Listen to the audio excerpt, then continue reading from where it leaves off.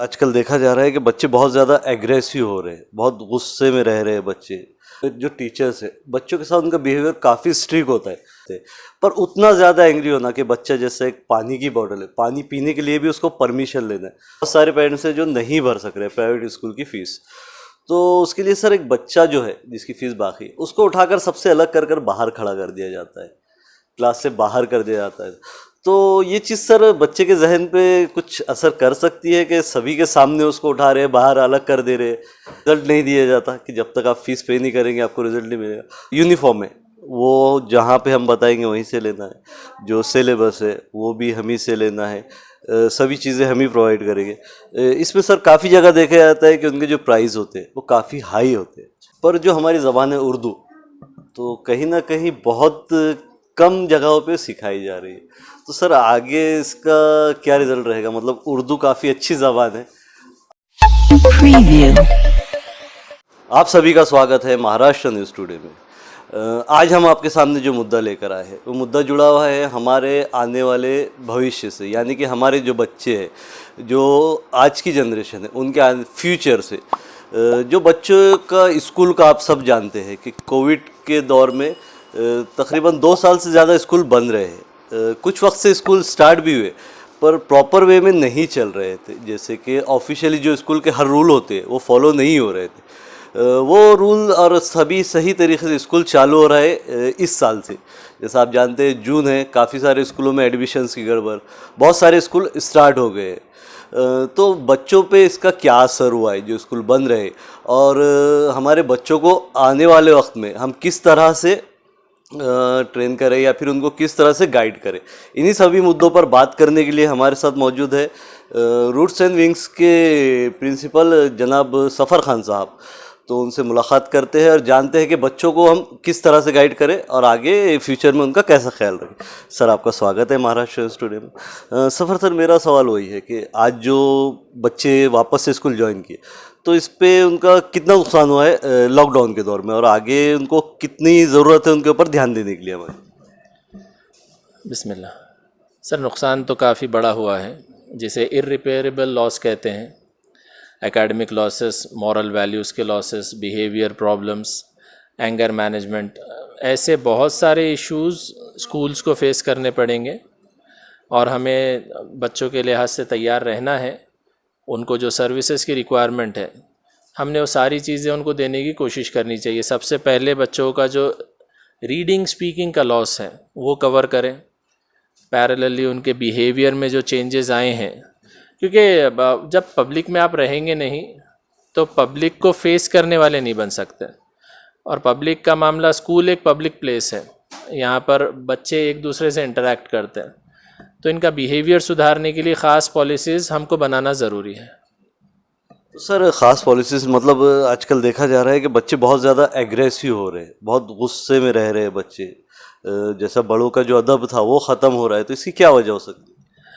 देखिए, इश्यूज़ तो बहुत सारे हैं, जिसमें ये जो मुद्दा है जिसे हम एंगर या एंगर मैनेजमेंट, स्ट्रेस मैनेजमेंट के नाम से जानते हैं, एक मसला है एक्सपोजर।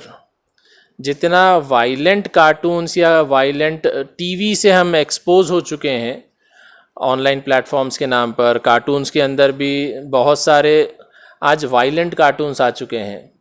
बच्चों को आप जो चीज़ों से ज़्यादा एक्सपोज करेंगे बच्चे वही सीखेंगे। तो सबसे पहले तो उनके एक्सपोजर को कंट्रोल करना पड़ेगा कि बच्चे क्या देखें, क्या ना देखें, किसके साथ रहे, किसके साथ ना रहें। बच्चों को पॉलिसीज़ बताना पड़ेंगे कि ये सही है, ये गलत है, और सही को अच्छे अंदाज में पेश करना ज़रूरी है। स्कूल्स को भी ज़रूरी है कि बच्चों के लिए ऐसे स्पेशल काउंसलर्स अपॉइंट हो जो बच्चों के स्ट्रेस से रिलेटेड, उनके ऊपर एंगर से रिलेटेड काम करें।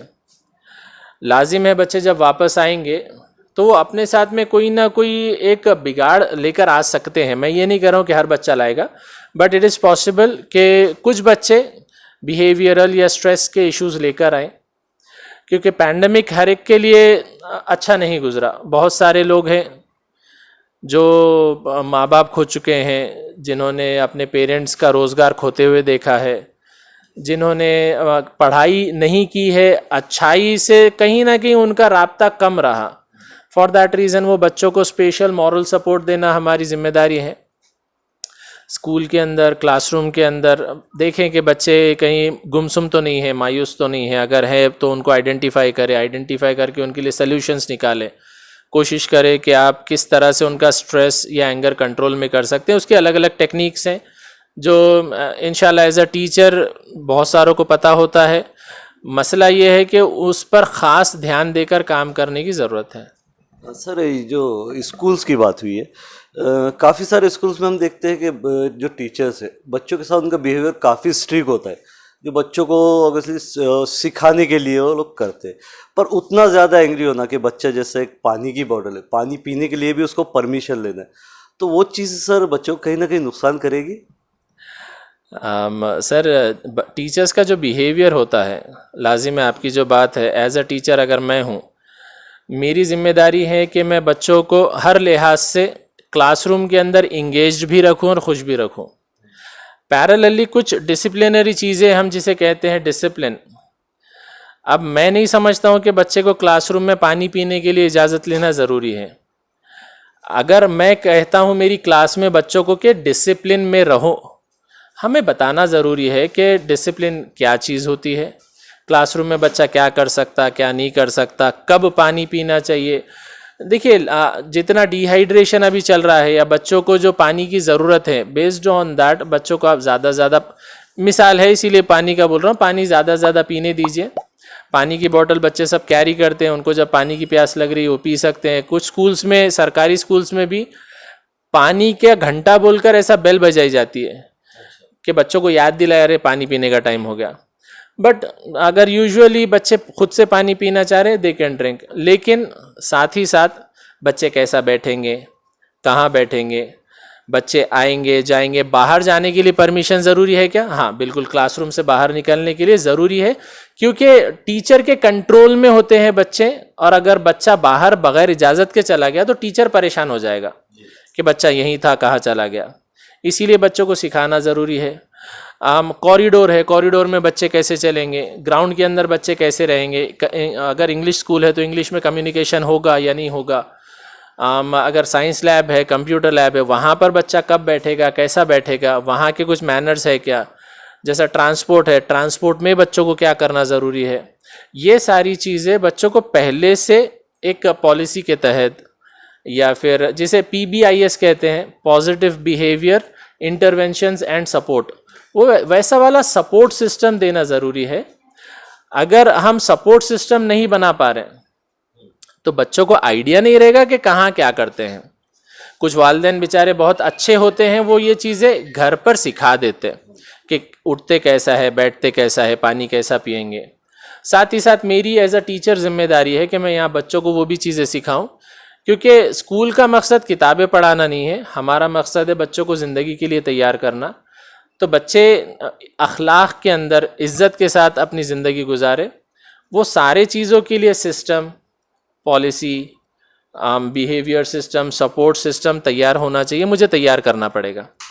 सर पॉलिसीज़ के ऊपर जो आप बात कर रहे हैं, कुछ स्कूल है प्राइवेट स्कूल्स जिनकी फ़ीस वगैरह का एक स्ट्रक्चर बना हुआ है, पर काफ़ी वक्त देखा जाता है कि उसमें जो फ़ीस कोई बच्चे की बाकी है। अभी सभी की हालत एक जैसे नहीं है, बहुत सारे पेरेंट्स हैं जो नहीं भर सक रहे प्राइवेट स्कूल की फ़ीस, तो उसके लिए सर एक बच्चा जो है जिसकी फ़ीस बाकी है उसको उठाकर सबसे अलग कर कर बाहर खड़ा कर दिया जाता है, क्लास से बाहर कर दिया जाता है। तो ये चीज़ सर बच्चे के जहन पे कुछ असर कर सकती है कि सभी के सामने उसको उठा रहे, बाहर अलग कर दे रहे, या फिर बहुत सारी चीज़ों में ये होता है कि उनको उसका जो रिज़ल्ट होता है वो रिज़ल्ट नहीं दिया जाता कि जब तक आप फीस पे नहीं करेंगे आपको रिज़ल्ट नहीं मिलेगा। तो ये आगे जाने के बाद ये बच्चे के लिए कहीं ना कहीं नुकसानदेह है ना सर ये चीज़? एज अ स्कूल मेरी जिम्मेदारी है, मैं सबकी बात नहीं कर सकता।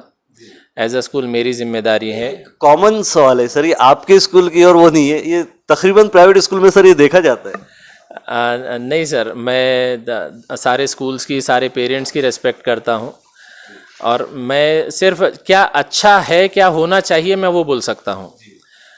कुछ स्कूल्स फॉलो करते हैं, अल्लाह उनको जज़ाए खैर दे, और अगर मैं वो फॉलो नहीं करता हूँ तो मेरी ये कोशिश होना चाहिए कि मैं पहले ख़ुद के अंदर इस्लाह कर लूँ। मेरा ये मानना है कि फ़ीस का लेन देन माँ बाप के साथ है, पैसा जो भी आप तय कर रहे हैं, स्कूल और पेरेंट के बीच में जो भी अग्रीमेंट है कि ये फ़ीस है, आप ये फ़ीस इस तारीख को भरेंगे, और time to time cash cheque जिस तरह से आप देना चाह रहे दे सकते, वो स्कूल और पेरेंट के बीच में होना चाहिए। उसकी नोटिस भी बच्चे कैरी ना करें।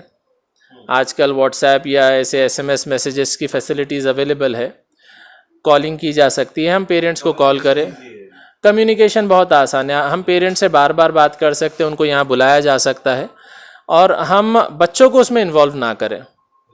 मेरी ये समझ है बच्चे के ऊपर कहीं ना कहीं साइकोलॉजिकली उसका इम्पैक्ट होता है, और लॉन्ग टर्म में 5 साल 10 साल 20 साल बाद ये हो सकता है कि बच्चा सोचे कि पैसा भरे तो ही सर्विस मिली, पैसा भरे तो ही पढ़ाया गया या नहीं पढ़ाया गया। तो मेरे लिए ज़रूरी है कि मैं बच्चों को ये चीज़ों से दूर रखूं। इवन हम तो कोशिश ये करना चाहिए कि बच्चे खुद फ़ीस भी लाकर जमा ना कराएं, वो भी वालिदैन की जिम्मेदारी है। आप ऑनलाइन पेमेंट कर सकते हैं, आप ट्रांसफ़र कर सकते हैं, या फिर आप थोड़ा सा टाइम निकाल कर आगे पीछे कोई एडजस्ट करके सैटरडेज़ को संडेज़ को किसी तरह से स्कूल को कांटेक्ट करके पे कर सकते हैं।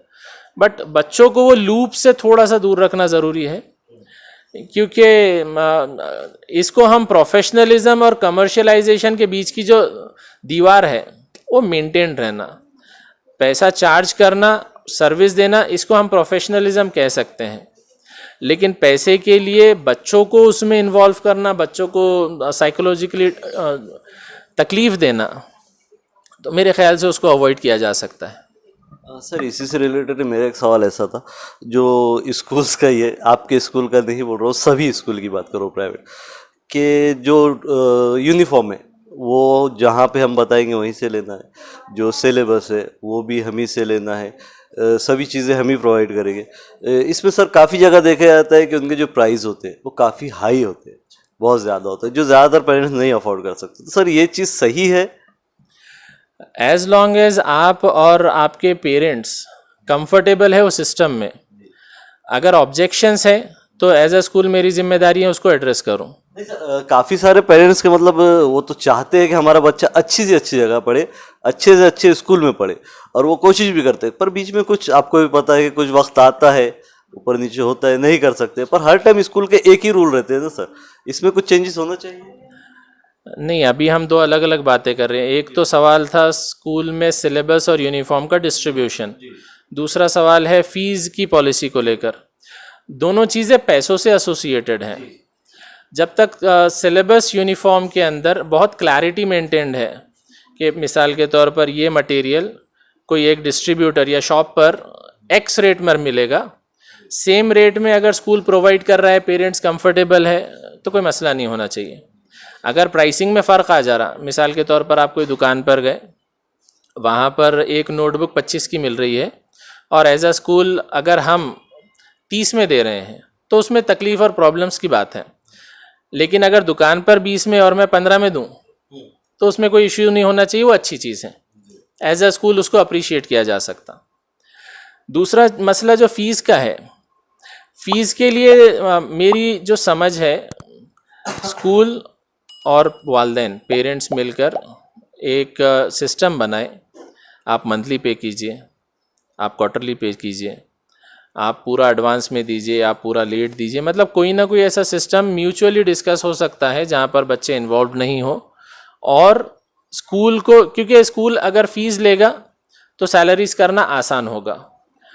स्कूल्स का मसला ये जाता है कि अगर फ़ीस टाइम पर ना आए तो सैलरी देने में मुश्किल हो जाती है।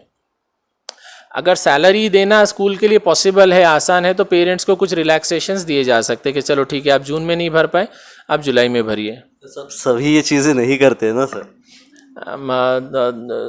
शाब सर, मैं वही बताऊंगा कि हम जनरलाइज नहीं कर सकते चीज़ों को। इंडिविजुअली हमको, मुझे, मेरी मॉरल रिस्पॉन्सिबिलिटी, मेरी पॉलिसी समझना पड़ेगा कि हम इस तरह से फंक्शन कर सकते हैं। जो पॉलिसी मेकर्स हैं, जैसा इनके भी गवर्नमेंट से भी नॉर्म्स आते हैं कि हम क्या कर सकते हैं, क्या नहीं कर सकते, हमको वो नॉर्म्स भी फॉलो करना है। लेकिन वो नॉर्म्स के अलावा और पॉजिटिवली हम क्या कर सकते हैं, हम कितना रिलैक्सेशंस दे सकते हैं। हाँ, अगर 3-3, 4-4 सालों से फ़ीस नहीं भरे जा रही है, वहाँ बड़ा मसला है वालिदैन को समझना रहेगा कि भाई कोई स्कूल है वो अपने लिए अफोर्डेबल है क्या। अफोर्डेबिलिटी ब्रैकेट में अगर है तो कहीं मैं फार्म हाउसेस पर तो पैसा नहीं उड़ा रहा जो पैसा फीस में देना चाहिए। तो स्कूल और पेरेंट्स दोनों बराबर जिम्मेदार हैं। हम सिर्फ स्कूल को या सिर्फ पेरेंट्स को ब्लेम नहीं कर सकते, सबको चाहिए, क्योंकि अल्टीमेटली आपने जो अपना टॉक शुरू किया था प्रोग्राम के शुरू में, आपने कहा कि ये बहुत इम्पोर्टेंट मसला है बच्चों के फ्यूचर से, हमारे फ्यूचर से कनेक्टेड। तो मैं जैसा सिस्टम बनाऊंगा मुझे बच्चे भी वैसे मिलेंगे, और 2 साल 5 साल 10 साल 20 साल बाद ये मेरे एसेट्स रहने वाले हैं। बच्चे मुझे याद रखें, इसकी हमको कोशिश करना है कि बच्चे भी हमारे लिए दुआ करें, बच्चे भी हमारे लिए कुछ अच्छे बुरे वक्त में हमको याद रखें। और सर इससे हट के मेरा सवाल एक था, जो आजकल काफ़ी ज़्यादा इंग्लिश का क्रेज़ है, हर जगह इंग्लिश स्कूल है, पर जो हमारी ज़बान है उर्दू तो कहीं ना कहीं बहुत कम जगहों पे सिखाई जा रही है। तो सर आगे इसका क्या रिज़ल्ट रहेगा? मतलब उर्दू काफ़ी अच्छी ज़बान है, आप भी काफ़ी जानते हैं उर्दू के बारे में, पर स्कूलों में इस पर ध्यान नहीं दिया जा रहा है। तो सर इसका आगे फ्यूचर में क्या ये ख़त्म हो जाएगी? कोई भी लैंग्वेज ख़त्म होगी या जारी रहेगी वो तो डिपेंड करता है शायद भी उसके यूज़र्स पर, उसके बोलने वाले इस्तेमाल करने वाले जितने हैं। मैं बचपन से मेरा मसला ये रहा है कि मैं इंग्लिश मीडियम से पढ़ा हूँ, मेरा पूरा एजुकेशन इंग्लिश से हुआ। उर्दू बहुत मुख्तसर से वक्त में कहीं पढ़ने सीखने का मौका मिला, बट यूजुअली अगर इंग्लिश मीडियम स्कूल हैं, इंग्लिश मीडियम स्कूल की पहली जिम्मेदारी है इंग्लिश पढ़ाना। इंग्लिश मीडियम स्कूल की पहली जिम्मेदारी है साइंस मैथ एसएसटी, जो दूसरे सब्जेक्ट्स भी इंग्लिश में हैं, इंग्लिश को पहले अच्छे से कर लीजिए। फिर अगर आपको वक्त मिल रहा है, यू सी उर्दू को आप उर्दू से मोहब्बत होना एक अलग बात है, बट फ़राइज़ क्या है स्कूल के ऊपर? पहले फ़र्ज़ के ऊपर काम हो जाए, फिर नफिल के ऊपर काम हो सकता। आम तौर पर जब स्कूल का फॉर्म भरा जाता है एक मुद्दा रहता है कि मदर टंग कौन सी है। मदर टंग अगर उर्दू है तो कहीं ना कहीं उर्दू का सिस्टम घर में भी इम्प्लीमेंट और इम्प्रूव किया जा सकता है। अगर कोई स्कूल में या हमारे पास पहले दूसरे फ़राइज़ अच्छे से पूरे हो गए, फिर हम पैरेलली उर्दू रीडिंग के ऊपर ध्यान दे सकते हैं। पेरेंट्स का इसरार हमको भी आता है, हमने लास्ट ईयर बच्चों को उर्दू सिखाई, बच्चों की रीडिंग ठीक ठाक अच्छे से इम्प्रूव हो गई। फिर हमने कहा कि अब उर्दू कुछ दिन के लिए रुक जाएगी और फिर हम दूसरे प्रोग्राम पर फोकस करेंगे। फिर साल भर बाद और जैसे ही मौका मिलेगा फिर उर्दू को वापस शुरू करेंगे, फिर उर्दू सिखाएंगे। एक बार सिखा दें तो लैंग्वेज का मामला ये है कि फिर घर में उसका इस्तेमाल हो, घर में उतनी रीडिंग हो, घर में न्यूज़पेपर पढ़ाया जाए, बच्चे फिर बाद में उसको कंटिन्यू करें प्रैक्टिस को।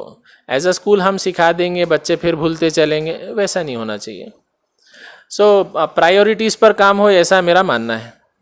बहुत शुक्रिया साहब हमको वक्त देने के लिए। तो ये थे सफ़र खान साहब, जिनसे काफ़ी सारे मुद्दों पर काफ़ी तफसील में बात हुई है। ऐसे ही और मुद्दे देखने के लिए हमारे चैनल से जुड़िए, हमारे चैनल को सब्सक्राइब कीजिए, इस वीडियो को लाइक कीजिए और ज़्यादा से ज़्यादा शेयर कीजिए। मैं शहाब यासीन, महाराष्ट्र न्यूज़ टुडे, औरंगाबाद।